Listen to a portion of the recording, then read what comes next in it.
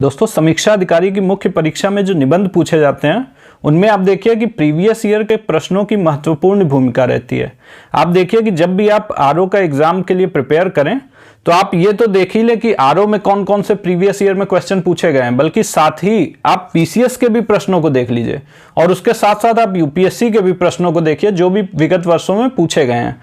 यहाँ पे आप देख सकते हैं कि यूपीएससी में जो प्रश्न पूछा गया, साहित्य में लोक मंगल की भावना का औचित्य एवं महत्व, डिट्टो प्रश्न वो जो है 2009 में पीसीएस में भी पूछ लिया गया, साहित्य में लोक मंगल भावना का औचित्य और महत्व।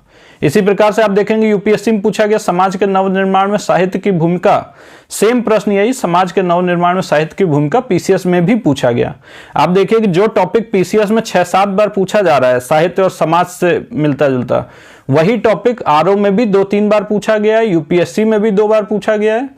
तो आप इससे यह समझ सकते हैं कि आपको न केवल पीसीएस के सभी प्रश्नों को देखकर जाना है जो भी निबंध पूछे गए हैं, उसके साथ ही साथ आप यूपीएससी के भी देखें या फिर कहीं और किसी आयोग के भी हैं तो उनका भी आप ये चीज देख सकते हैं। लेकिन प्राइमरली आप लोग यूपी पीसीएस के जितने भी पूछे गए हैं उन पर तो जरूर ध्यान दीजिए।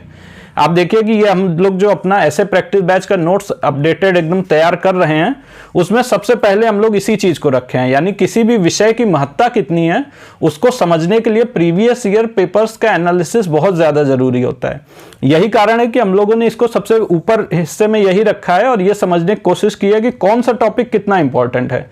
जैसे यहाँ पे 5 स्टार दिया गया, यानी कि ये मोस्ट इंपॉर्टेंट टॉपिक है, अक्सर पूछा जाता है। अभी ये आरओ 2017 ही में पूछा गया, 2016 में पूछा गया, 2016 का मेंस हुआ था 2020 में, 17 का भी मेंस 2019 में हुआ था। तो इस प्रकार से देखिए कि वर्तमान ट्रेंड वो भी वही पूछा जा रहा है जो कि आपका 2006 में पूछा गया।